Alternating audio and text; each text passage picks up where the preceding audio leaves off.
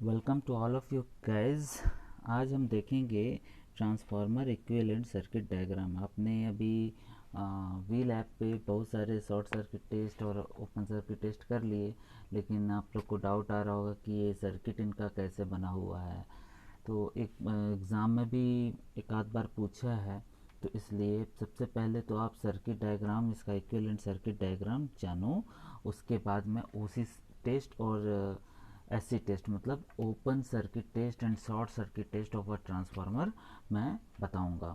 तो सबसे पहले हम ये जानते हैं, पहले तो याद करो कि ट्रांसफार्मर इस प्रकार दिखता था, उसका इंटरनल स्ट्रक्चर इस प्रकार कुछ मैं समझाया था। ठीक है, तो ये एक दो वाइंडिंग होते, एक प्राइमरी वाइंडिंग, सेकेंडरी वाइंडिंग वगैरह होता है। तो इक्विवेलेंट सर्किट में हम यही करते हैं, ये सब हटा देते हैं और जो भी वाइंडिंग के पैरामीटर हैं, जैसे वाइंडिंग में क्या होता है, वाइंडिंग एक वायर है, कंडक्टर है, कंडक्टर में क्या क्या होता है, रेजिस्टेंस होता है। ठीक है, कंडक्टर का रेजिस्टेंस होगा, उसको दिखाएंगे, उसको शो करेंगे। और एक होता है लीकेज रिएक्टेंस, आगे बताता हूँ, तो उसको भी शो करेंगे। तो जो जो पैरामीटर है उसको शो करेंगे। और जब हम ओसी टेस्ट और एससी टेस्ट करते हैं तो इन्हीं सब पैरामीटर को फाइंड करते हैं। समझ में आए? कम एक ट्रांसफार्मर में जो पैरामीटर होते हैं, पैरामीटर क्या, उनके रेजिस्टेंस, रिएक्टेंस, है ना, लोड कंपोनेंट्स, लॉस कंपोनेंट्स, ये सब हमको फाइंड करना पड़ता है एक ट्रांसफार्मर में कि कितना उसका resistance, primary side, secondary side, ये सब वगैरह हमको जानना चाहिए, जानना चाहिए। तो यहाँ पे देखिए, नेक्स्ट पे चलते हैं। यहाँ देखिए, इसको थोड़ा सा समझिए। ये एक ट्रांसफार्मर है, तो इसके प्राइमरी वाइंडिंग एक कंडक्टर है, कंडक्टर का रेजिस्टेंस होता है। तो उस रेजिस्टेंस को देखो, 1 का मतलब प्राइमरी होगा हमेशा, 2 का मतलब सेकेंडरी होगा। तो जो प्राइमरी वाइंडिंग का रेजिस्टेंस, इसको आर से दिखाएंगे, कहीं भी दिखाएंगे, सीरीज में दिखाते हैं, खैर मैं बताऊंगा कैसे दिखाएंगे। और ये x1, ये x1 क्या है, x1 x2 क्या है, x1 x2 ये है लीकेज रिएक्टेंस। ठीक है, ध्यान दो, लीकेज रिएक्टेंस ये क्या होता है। देखो, जब ये जब करंट फ्लो होता है प्राइमरी वाइंडिंग में, तो मैग्नेटिक फ्लक्स सेटअप होता है। ठीक है, ये मैग्नेटिक फ्लक्स, ये मैग्नेटिक पाथ में फ्लो होता है। ठीक है, तो होता ये है कि कुछ कुछ जो मैग्नेटिक फ्लक्स है वो पूरा का पूरा पाथ कवर ना करके लीक होते हैं। ठीक है, एयर में लीक होते हैं, कुछ इधर से लीक हो जाते हैं, कुछ ऐसे लीक हो जाते हैं। समझ में आ रहा है? इस प्रकार कुछ लीक हुए, कुछ इस प्रकार लीक हुए, पूरा का पूरा इस प्रकार इस पाथ को फॉलो ना करके कुछ एयर से लीक करते हैं। तो इस लीकेज के कारण सेकेंडरी वाइंडिंग और प्राइमरी वाइंडिंग में फुल फ्लक्स का लिंकेज नहीं हो पाता। तो फ्लक्स का लिंकेज नहीं हो पाता, उस कारण से वोल्टेज जो हमारा फ्लक्स लिंकेज के कारण जो वोल्टेज इंड्यूस होता था प्राइमरी और सेकेंडरी में, ठीक है, फ्लक्स जो क्रिएट होता था वो लिंक होता था, लिंकेज के कारण वोल्टेज इंड्यूस होता था प्राइमरी और सेकेंडरी में बताया था। तो ये जो है, ये प्राइमरी में जो वोल्टेज इंड्यूस होगा वो थोड़ा कम होगा, क्योंकि पूरा का पूरा फ्लक्स जो है लिंक नहीं हो रहा है सेकेंडरी से, और सेकेंडरी के कारण जो फ्लक्स हो रहा है वो पूरा प्राइमरी से लिंक नहीं हो रहा है। तो इस प्रकार से फ्लक्स जो एयर में जो भी लीक हो जा रहा है, ठीक है, फ्लक्स समझ में आ रहा है? देखो, ये पाथ आप प्रोवाइड कर रहे हो, मैग्नेटिक पाथ, इसका ससेप्टेंस बहुत कम होता है, ससेप्टेंस बोल रहा हूँ, मैग्नेटिक रेजिस्टेंस एक होता है, वो कम होता है। तो वो इस पाथ को फॉलो कर रहा है। ठीक है, इस पाथ को इसलिए फॉलो करता है क्योंकि इस पाथ में इसका मैग्नेटिक रेजिस्टेंस कम है और एयर का ज़्यादा है, तो वो कम रेजिस्टेंस वाले पाथ को फॉलो करेगा करेगा इस कारण। लेकिन ये पूरा का पूरा इनफाइनाइट तो नहीं है इसका, कि मतलब एकदम से रेजिस्टेंस जीरो नहीं है, रेजिस्टेंस एकदम जीरो नहीं है। इसलिए कुछ कुछ part of magnetic flux air के थ्रू भी लीक होते हैं।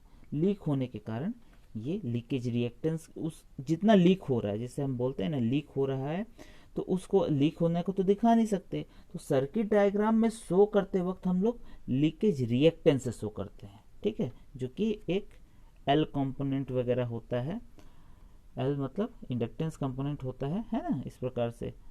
तो इस प्रकार प्राइमरी और सेकेंडरी में रेजिस्टेंस को आर को इस प्रकार डिनोट करेंगे, है ना। तो इस प्रकार आपका इक्विवेलेंट सर्किट में शो होगा। समझ में आ गया? बहुत ज़्यादा ध्यान की जरूरत नहीं है, आपको बस इतना जानना है कि लीकेज रिएक्टेंस किस प्रकार शो होता है और कैसे शो होता है। ये यहाँ शो होगा प्राइमरी वाइंडिंग के सीरीज में, ये दोनों जो हैं ये प्राइमरी वाइंडिंग के सीरीज में आपका शो करेंगे हम लोग, और इसको सेकेंडरी वाइंडिंग के सीरीज में रेजिस्टेंस को इस प्रकार से और रिएक्टेंस को इस प्रकार से इंडक्टर के थ्रू, है ना। तो ये हो गया हमारा R1 X1 R2 X2। अब आगे देखते हैं, थोड़ा सा एक इसका कार्य प्रणाली भी आप जानो। यहाँ देखो, यहाँ मैंने नो लोड करंट की बात किया था। नो लोड करंट आपको अगर याद नहीं है तो अगर यहाँ पे एक बार समझा देता हूँ क्या होता है।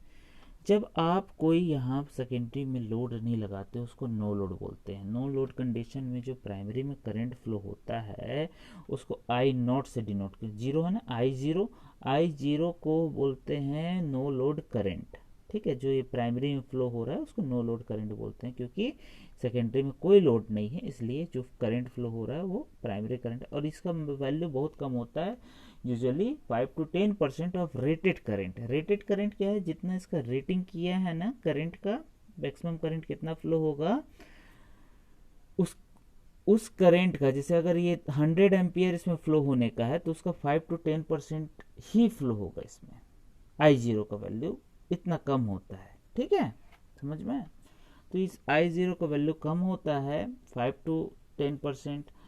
इस कारण से क्यों होता है कम? इस आई जीरो प्राइमरी में करंट क्यों कम फ्लो हो रहा है? क्योंकि सेकेंडरी में कोई लोड नहीं है। ये किस प्रकार बढ़ जाता है ये आगे बताऊंगा। बस इतना जानो कि आई जीरो जो नो लोड करंट जो प्राइमरी में फ्लो होता है वो कम होता है रेटेड करंट से। कितना कम? वो रेटेड करंट का 5 to 10% होता है। ठीक है, अब यहाँ देखो, नो लोड करंट फ्लो हो रहा है प्राइमरी में और सेकेंडरी में यहाँ कोई करंट फ्लो नहीं होगा इस वाइंडिंग में, क्योंकि यहाँ ये ओपन है ना, ये ओपन है, अभी कोई लोड, ये लाइन नहीं है ना, ये V2 को दिखाने के लिए यहाँ दिखाया था, यहाँ कोई अभी लाइन नहीं है, तो ये ओपन है, यहाँ कोई लोड नहीं है। अब जब लोड कनेक्ट करेंगे तो क्या होगा? लोड कनेक्ट करने से पहले यहाँ पे सब थोड़ा समझ लो। जैसे वोल्टेज AC सप्लाई हम लोग प्रोवाइड करते हैं तो इसमें नो लोड करंट फ्लो होने लगता है ट्रांसफार्मर के प्राइमरी वाइंडिंग में। इस करंट के कारण इसमें फ्लक्स सेटअप होता है। ठीक है, इस वाइंडिंग में फ्लक्स सेटअप होता है जिसको फाई बोल रहे हैं। ठीक है, अब ये फाई फ्लो होता है और सेकेंडरी से लिंक होता है, प्राइमरी से भी लिंक हो रहा है, प्राइमरी में क्रिएट हुआ लेकिन प्राइमरी वाइंडिंग से लिंक हो रहा है और सेकेंडरी वाइंडिंग दोनों से लिंक हो रहा है, जिसके कारण उसमें कौन सा वोल्टेज इंड्यूस होता है? E1 and E2 voltage induce होता है प्राइमरी एंड सेकेंडरी वाइंडिंग में। इतना तो समझ में आया था, पहले बता चुका हूं, है ना। अब देखो, अब यहाँ पे जो E2 V2 दोनों बराबर होंगे क्योंकि ये ओपन सर्किट है। ठीक है, यहाँ पे भी इसी प्रकार है, N1 N2 प्राइमरी और सेकेंडरी में टर्न्स है। इतना समझ में आया, और ये फ्लक्स इस प्रकार फ्लो हो रहा है। अब एक कंडीशन जानो कि जब लोड कनेक्ट करेंगे तब क्या होगा। जब ट्रांसफार्मर में लोड ऐसे कनेक्ट कर दें, ये लोड जो था यहाँ पे सटा दूं, तब क्या होगा? कनेक्ट कर दूं, सटा दूं नहीं, कनेक्ट कर दूं तो क्या होगा? देखो, जैसे लोड आप कनेक्ट करोगे तो यहाँ पे V2, यहाँ वोल्टेज अप्लाइड था, ये V2 वोल्टेज अप्लाइड है, और लोड जैसे कनेक्ट करोगे यहाँ पे करंट फ्लो होना स्टार्ट होगा, जिसको बोलेंगे I2। टू क्यों? क्योंकि ये सेकेंडरी में फ्लो हो रहा है। ठीक है, अभी I1 के केस में बताऊंगा I1 कहाँ पे आएगा। तो ये I2 हुआ। ठीक है, अब ये I2 जैसे फ्लो होगा, ध्यान देना ना, यहाँ पे थोड़ा सा ध्यान देना, ये I2 जब फ्लो होगा तो ये I2 जो है पूरे वाइंडिंग के थ्रू भी करंट फ्लो होगा, है ना। ये करंट इस प्रकार से वाइंडिंग में फ्लो होगा, तो ये ऐसे लोड से फ्लो होते हुए फिर इस वाइंडिंग में भी फ्लो होगा, है ना, इस प्रकार से, ये डायरेक्शन से, फिर ये I2, फिर ये वाइंडिंग में। अब ये जब वाइंडिंग में जब फ्लो होगा, यही करंट सेकेंडरी करंट वाइंडिंग में फ्लो होगा तो एक डीमैग्नेटाइजिंग इफेक्ट होगा। डीमैग्नेटाइजिंग इफेक्ट मतलब मैग्नेटाइजिंग क्या है, ये फाई जब फ्लो हो रहा है ये मैग्नेटाइज कर रहा है, कोर को मैग्नेटाइज कर रहा है। लेकिन जब I2 के कारण जो फ्लक्स प्रोड्यूस होगा वो I2 के कारण जो फ्लक्स फ्लो होगा वो कि अपना इस डायरेक्शन में होगा। ठीक है, ध्यान, बस इतना ध्यान दो कि वो डीमैग्नेटाइज करेगा। ये जो पहले से सेटअप है ना फ्लक्स, इसको कम करेगा इस डायरेक्शन में। ये इस प्रकार फ्लो हो रहा है, अब इसको अपोज करेगा I2। ठीक है, इसको फाई टू डैश बोलते हैं। ठीक है, मैं लिख देता हूँ फाई टू डैश। अब वो डैश फैश बाद में बताऊंगा। फाई टू है जो कि मेन फ्लक्स को कम कर रहा है, इसको कम कर रहा है। इसको कोर में जो पहले से मैग्नेटाइजिंग फ्लक्स फ्लो हो रहा था, है ना, ये फ्लक्स जो फ्लो हो रहा था उसको कम करेगा। क्यों कम करेगा? क्योंकि इसका डायरेक्शन उसके अपोजिट में है।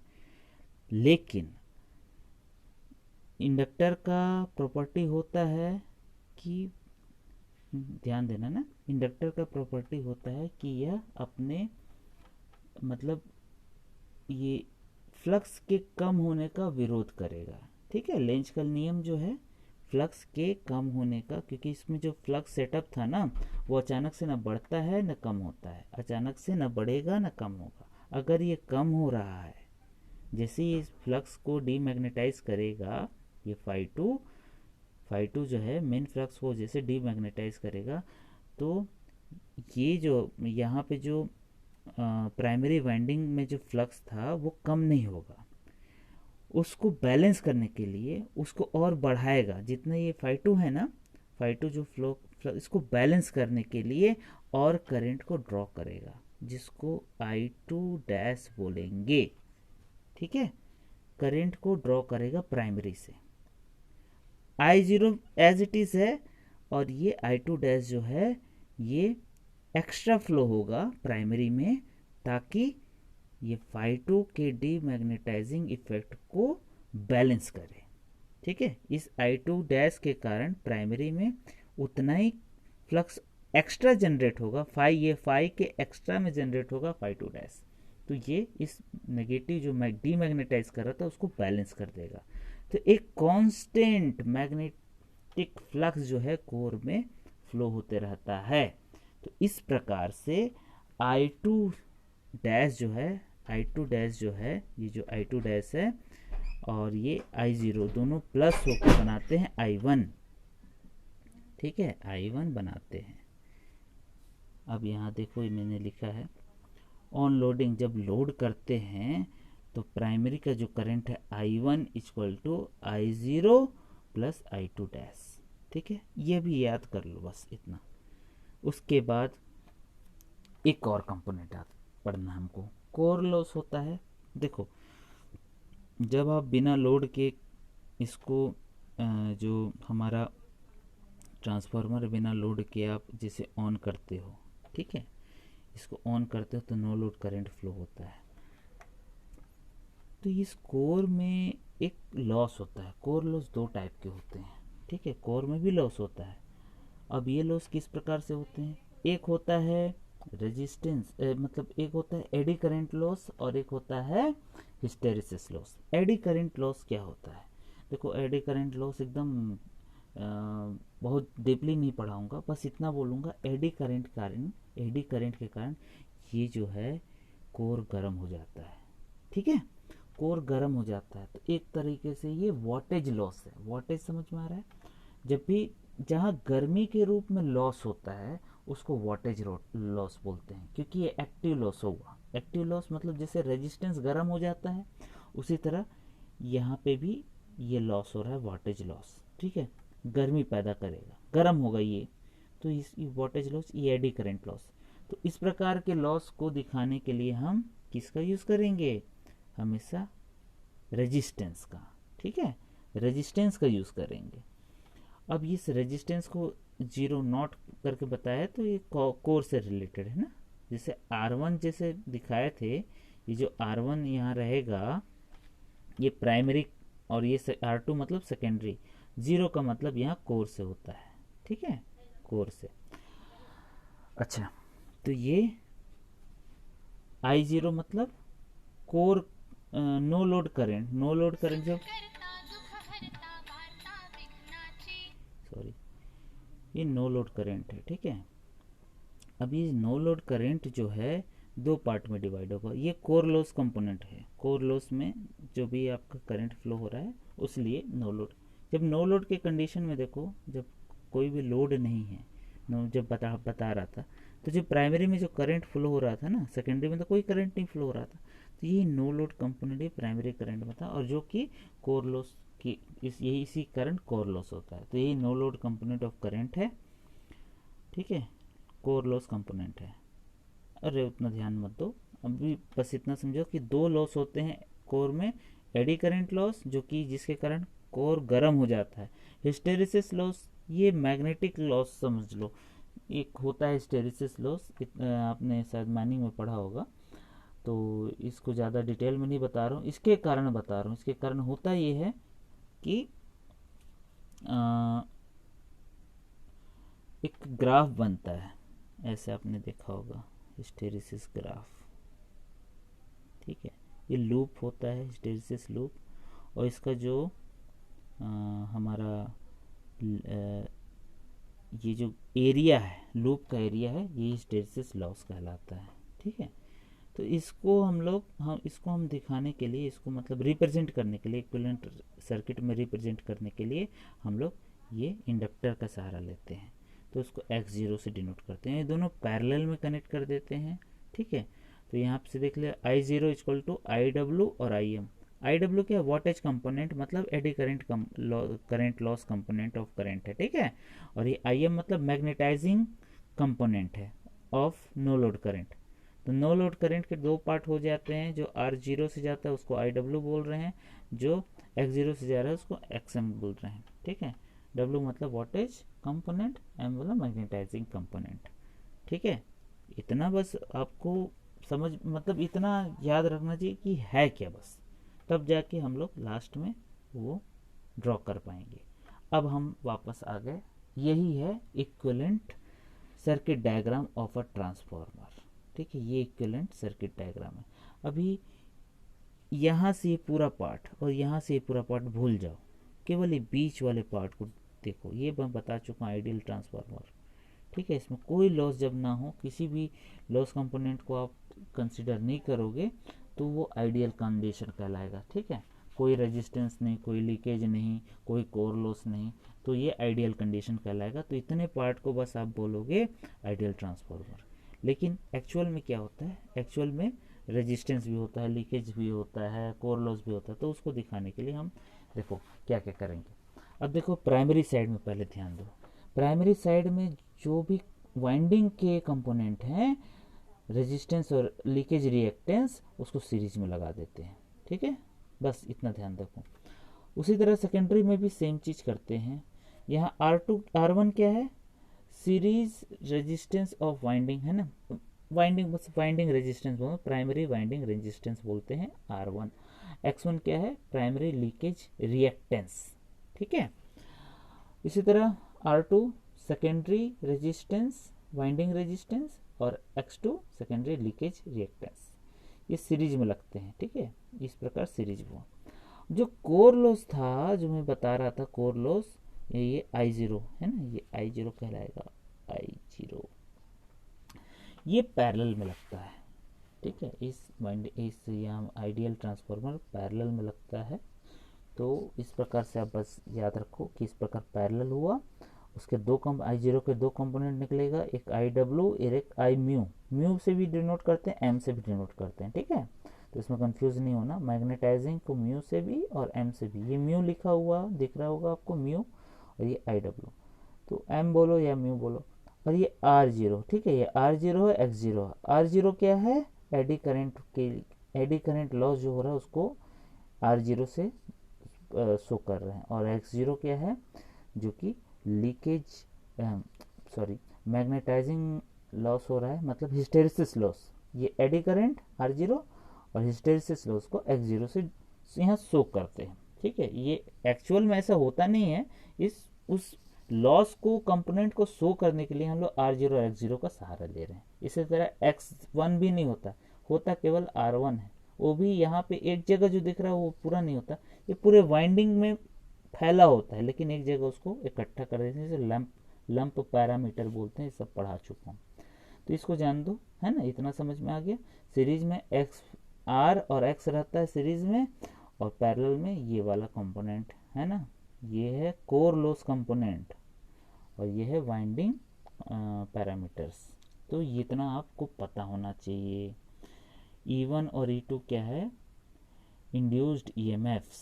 V1 क्या है, अप्लाइड प्राइमरी वोल्टेज, और V2 क्या है, लोड वोल्टेज या टर्मिनल सेकेंडरी टर्मिनल वोल्टेज बोलेंगे। ठीक है, सेकेंडरी साइड जो करंट फ्लो हो रहा है उसको I2 बोल रहे हैं, प्राइमरी साइड जो करंट हो रहे हैं I1 बोल रहे हैं। ठीक है, I1 इक्वल टू I0 और I2 डैश। ये I2 डैश क्या था, वही जो समझाया, जो एक्स्ट्रा फ्लक्स जो मेंटेन करने के लिए प्राइमरी में करंट एक्स्ट्रा फ्लो होता है उसको I2 डैश बोलते हैं। ठीक है, तो इसका वैल्यू I1 इक्वल टू, देखो I1 दो पार्ट में डिवाइड हो रहा है, इधर से इनकमिंग हो रहा है, यहाँ दो पार्ट में डिवाइड हो रहा है, I1 equal to I0 plus I2 dash. ठीक है, और ये इतना आपको आना चाहिए। तो ये हो गया कंप्लीट इक्विवेलेंट सर्किट डायग्राम। अब इसमें एक चीज़ और होता है, जैसे आप शॉर्ट सर्किट टेस्ट पढ़ोगे तो उसमें रिफर्ड वैल्यू से बनाते हैं। रिफर्ड वैल्यू क्या होता है, देखो अब ये पूरा का पूरा हम लोग की जो आइडियल ट्रांसफार्मर है इसको हटा सकते हैं।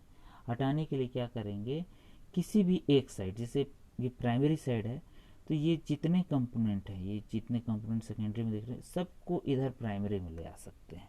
कैसे लाओगे, कुछ तो करोगे, तो उसको रिफर्ड वैल्यू बोलते हैं। ये सेकेंडरी का रेजिस्टेंस है, इसको प्राइमरी में लाएंगे तो उसको refer to primary, secondary winding resistance refer to primary, referred to, हम लोग रिफर कर रहे हैं प्राइमरी में तो रिफर टू प्राइमरी। इसी तरह इस पूरे सब कंपोनेंट को सेकेंडरी में ले जा सकते हैं, तो उसको बोलते हैं रिफर टू सेकेंडरी, है ना। जो रेजिस्टेंस है तो primary resistance refer to secondary, primary leakage reactance refer to secondary side, है ना। सेकेंडरी साइड प्राइमरी साइड लाएंगे तो प्राइमरी साइड, सेकेंडरी साइड ले जाएंगे तो सेकेंडरी साइड। तो ये एक तरीका है। इसको करते कैसे हैं, बस इतना ध्यान दो कि आपको शॉर्ट सर्किट में इसको ज़रूरत है तो मैं बस एक बताता हूँ। ठीक है, होता ये है कि हम लोग सेकेंडरी साइड के जो भी कंपोनेंट उसको प्राइमरी में ले आते हैं। तो R2 को जब प्राइमरी लाएंगे, अच्छा जैसे जैसे आप रिफ़र करते हैं ना, ये इधर वैल्यू तो R2 है, जैसे रिफ़र कर दोगे इस बार तो वो R2 डैश कहलाएगा, R2 डैश कहलाएगा। ठीक है, कुछ कोई भी वैल्यू हो, R2 अगर इस बार ला रहे हो तो R2 डैश कहलाएगा। इसका वैल्यू R2 डैश कैसे कैलकुलेट करो वो आगे बताऊंगा, जस्ट इसके जस्ट बाद है, बस इतना समझ लो। जैसे डैश वाला जहाँ लग गया तो इसका मतलब यही है, जैसे R2 डैश का मतलब क्या हुआ, सेकेंडरी ये 2 के कारण सेकेंडरी रेजिस्टेंस, रेजिस्टेंस मतलब वाइंडिंग रेजिस्टेंस की बात कर रहा हूँ, सेकेंडरी वाइंडिंग रेजिस्टेंस डैश के कारण क्या हो गया, रिफर टू प्राइमरी। सेकेंडरी से हमेशा प्राइमरी में ही जाएगा ना, तो डैश का मतलब ये है कि रिफर टू प्राइमरी। और R1 डैश का मतलब हो गया कि primary winding resistance refer to secondary. ठीक है, तो थोड़ा इसमें होच पोच नहीं होना, बस इतना समझ लो कि हम लोग रिफर करते हैं और इस वैल्यू को इसको हटा देते हैं। तो कैसे करेंगे, नेक्स्ट आ जाओ। अब देखो, हाँ यह देखो यहाँ पे रिफर कर दिया गया है, ये जो भी वैल्यू है ना, इसको प्राइमरी में सेकेंडरी के जो भी वैल्यू प्राइमरी में रिफर कर दिए। तो यहाँ पे देखो जो भी R1 और देखो ये आगे पीछे कर सकते हैं ना, बहुत ज़्यादा डिफरेंस नहीं आता करंट में। इसको ये पूरा को यहाँ प्राइमरी में कर दिया है, ठीक है, और इसको यहाँ पे कर दिया है। तो ये बहुत ज़्यादा इसमें मतलब ज़्यादा दिमाग लगाने की ज़रूरत नहीं है आपको। ये बस इतना ध्यान रखो कि बस ये बताने की कोशिश हो रहा है आपको कि किस प्रकार रिफ़र होता है। ठीक है, तो ये पूरा वैल्यू हम लोग इधर शिफ्ट किए, इसको इधर शिफ्ट किए तो बहुत ज़्यादा डिफरेंस नहीं आता है। तो यहाँ पे हम लोग देखो इसको इस पर शिफ्ट कर दिए और R1 को और X1 को इस पर शिफ्ट किए, और जो हमारे सेकेंडरी साइड के R2 और X2 था इसको प्राइमरी साइड ले जाते हैं। तो R2 डैश रेजिस्टेंस के साथ सीरीज में आ गया, और जो x2 था, ये x2 था, इधर आएगा, ये x2 के साथ x1 के साथ सीरीज में आ जाएगा, है ना।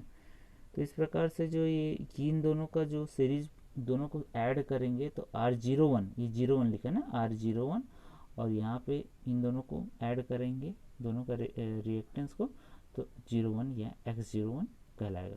01 का मतलब इक्विवेलेंट, इसका पूरे का मतलब हुआ equivalent resistance refer to primary side. यहाँ पे यहाँ 2 और ये 1 और ये 2 तो है नहीं, यहाँ पे 01 डायरेक्ट लिख दिया। 01 का मतलब ये हुआ इक्विवेलेंट, टोटल है ना, टोटल रेजिस्टेंस, दोनों वाइंडिंग का total resistance refer to primary side, और 02 रहता है तो रिफर टू सेकेंडरी साइड कहलाता है। इतना बस समझ में आ रहा होगा तो ठीक है।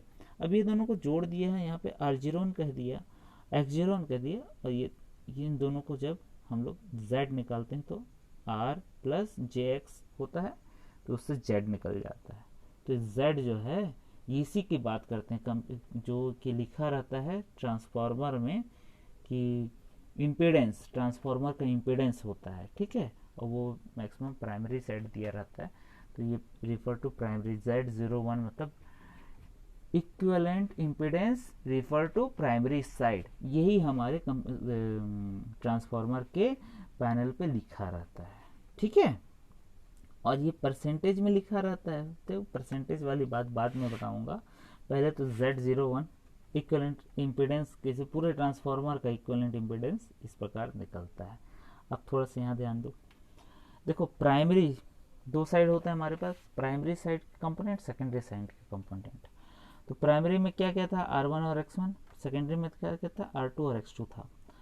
अब यहाँ पे थोड़ा सा ध्यान दो, बहुत इजी सा कंसेप्ट है कि जब भी प्राइमरी साइड के कंपोनेंट को सेकेंडरी साइड ले जा रहे हैं तो इनमें गुणा कर देना है k स्क्वायर का, ठीक है, x नहीं है, गुणा है, मतलब दैट साइड जाके, उस पार जाके ये क्या बनाएगा, R1 डैश कहलाएगा, सेकेंडरी साइड में जाएगा तो R1 डैश हो जाएगा k स्क्वायर R1, ठीक है, ये समझ में है ना। तो ये बराबर है, ठीक है, तो ये इसका मतलब है। तो इतना आपको आगे बता रहा हूँ, इसको थोड़ा सा मिटा लो। हाँ, अब एक चीज, मतलब प्राइमरी से सेकेंडरी ले जा रहे हैं तो k स्क्वायर करोगे, और सेकेंडरी वाले वैल्यू को प्राइमरी साइड ला रहे हो तो 1/k स्क्वायर करेंगे। ये बस थोड़ा सा याद कर लो, ठीक है। और k क्या है, k कुछ तो है, k ही तो है, पढ़ा चुका हूँ, transformation ratio, voltage transformation ratio या सिंपली ट्रांसफॉर्मेशन रेशियो, जिसको हमेशा secondary winding by primary winding के टर्म से रिप्रेजेंट करते हैं, N2/N1 से। k इक्वल टू N2/N1 होता है, हमेशा याद कर लो, याद हो गया। और जब भी प्राइमरी वाले कंपोनेंट को सेकेंडरी साइड ले जा रहे हैं तो उस पर उसका रिफर्ड वैल्यू क्या कहलाएगा, उस रिफर्ड वैल्यू को k के स्क्वायर से मल्टीप्लाई करोगे तो रिफर्ड वैल्यू निकल जाएगा। जैसे x1 को उस पार ले जा रहे हैं तो ये दोनों का मल्टीप्लिकेशन होगा तो ये रिफर टू सेकेंडरी साइड निकल जाएगा। सेम चीज़ यहाँ बता देता हूँ, जैसे R2 डैश का मतलब हुआ क्या है, secondary resistance refer to primary, dash का मतलब रिफर टू प्राइमरी हो गया, तो इसका मतलब प्राइमरी साइड ला रहे हैं तो R2/k स्क्वायर। इसका मतलब क्या हुआ, R1 dash primary resistance refer to secondary side तो k स्क्वायर से मल्टीप्लिकेशन हुआ, ठीक है। इसी तरह x2 डैश भी इस प्रकार बाई k स्क्वायर आ जाएगा। आ गया इतना समझ में। नेक्स्ट वही चीज़ जो वहाँ पे इक्विवेलेंट कैसे निकाल रहे थे उसको मैं समझा रहा हूँ, यहाँ पे इक्विवेलेंट कैसे हो रहा है वो समझा रहा हूँ। अब जैसे प्राइमरी से सेकेंडरी, सेकेंडरी से प्राइमरी ले गए तो जो R2 को प्राइमरी में लाए तो R2 डैश कहलाएगा, अब वो R1 के साथ सीरीज में आ जाएगा, तो ये दोनों को वैल्यू को जोड़ेंगे तो 01 का मतलब equivalent resistance, equivalent total resistance है ना, रिफर टू प्राइमरी साइड, और उस पर लिए गए होते तो रिफर टू सेकेंडरी कहलाते हैं दोनों। उसी तरह x1 और x2 डैश दोनों को ऐड करेंगे तो इक्विवेलेंट निकलेगा और x01 कहलाएगा। ठीक है, अब यहाँ पे आ जाओ, यही दोनों वैल्यू, ये दोनों वैल्यू जो है R01 x01 दोनों भी सीरीज में है, तो Z01 कहलाएगा। Z01 ही कहलाएगा equivalent impedance refer to primary side. 01 है, 02 रहता तो रिफर टू सेकेंडरी साइड। 02 रहना का मतलब जो भी R1 और X1 था, R1 और X1 इसको सेकेंडरी साइड में ले जाके ऐड करवा देते हैं। ठीक है, तो इस प्रकार से हमारा इस प्रकार से बनेगा। ठीक है, ये प्राइमरी साइड के लिए है। तो R01 X01 ये दोनों का इक्विवेलेंट जब निकालेंगे इम्पीडेंस तो ये Z01 कहलाएगा, जो कि रिफर टू प्राइमरी साइड है। ये आपका जरूरत पड़ेगा शॉर्ट सर्किट टेस्ट में, यही रिजल्ट हम लोग निकालेंगे Z01 R01 X01। ठीक है, तो ये सब इक्विवेलेंट वैल्यू हुआ। तो इसका मतलब आपको यहाँ से मतलब एग्ज़ाम पर्सपेक्टिव से तो नहीं पूछेगा कि पूरा बना के दिखाओ, लेकिन एक चीज़ बहुत इम्पोर्टेंट है कि आपसे ये डायग्राम पूछे। ठीक है, ये डायग्राम आपसे पूछेगा, ये बहुत इम्पोर्टेंट डायग्राम है। तो ये क्या करना है, कुछ नहीं, यहाँ पे इस प्रकार से R और X लगाना है, यहाँ पे वाइंडिंग बनाना है, यहाँ 2 लाइन खींचना बस, ये 3 लाइन दिखा रहा है। इसके बाद यहाँ पे वाइंडिंग बना के इस प्रकार से बनाया, लोड लगाया, और फिर ये इसके वैल्यू को यहाँ मान रखा सबका A to Z मान मैं बता चुका हूँ। A to Z यहाँ पे जो भी लिखा हुआ उसका मतलब क्या है। ठीक है, तो ये बहुत ईजी सा है, एक बार प्रैक्टिस करना बन जाएगा। तो ये एग्ज़ाम पर्सपेक्टिव से इम्पोर्टेंट ये है, इक्विवेलेंट सर्किट ड्रॉ करके बताइए, और उसमें जो भी चीज़ है उसको लिखिए कि क्या है। जैसे R1 लिखा है तो प्राइमरी रेजिस्टेंस है ना, X1 क्या है, second primary leakage reactance, R2 क्या है, सेकेंडरी रेजिस्टेंस, और X2 क्या है, सेकेंडरी लीकेज रिएक्टेंस। Z1 क्या है, इक्विवेलेंट है ना, इक्विवेलेंट इम्पीडेंस या impedance, primary impedance equivalent impedance, secondary equivalent impedance. इस प्रकार ये Z नहीं है, I0 है ना। तो इस प्रकार से इसको स्क्रीनशॉट ले सकते हो, और ये आप एक बार बना के प्रैक्टिस करोगे। मैं सब चीज़ बता दिया, A to Z क्या कंपोनेंट है, किस प्रकार है, X01 Z01 क्या है। हाँ, इस प्रकार से भी आ सकता है कि इक्विवेलेंट सर्किट बनाइए रेफर टू प्राइमरी साइड, तो ये वाला बना देना। ठीक है, ये वाला बना देना, और इसके जस्ट बाद इसी को फिर से रीड्रॉ करना, और ये दोनों को ऐड करके इतना दिखा देना बस, है ना। ये इसको मत छोड़ना, इसको भी शो कर देना। ठीक है, बाकी सब कंप्लीट है। तो आई थिंक आपको क्लियर हुआ होगा। थोड़ा बहुत डाउट होगा जो कि मैं SC और OC टेस्ट का जो सर्किट डायग्राम जो बनेगा तो उसमें क्लियर कर दूंगा। एक क्लास और होगा तो ट्रांसफार्मर भी कंप्लीट हो जाएगा। ठीक है, थैंक यू।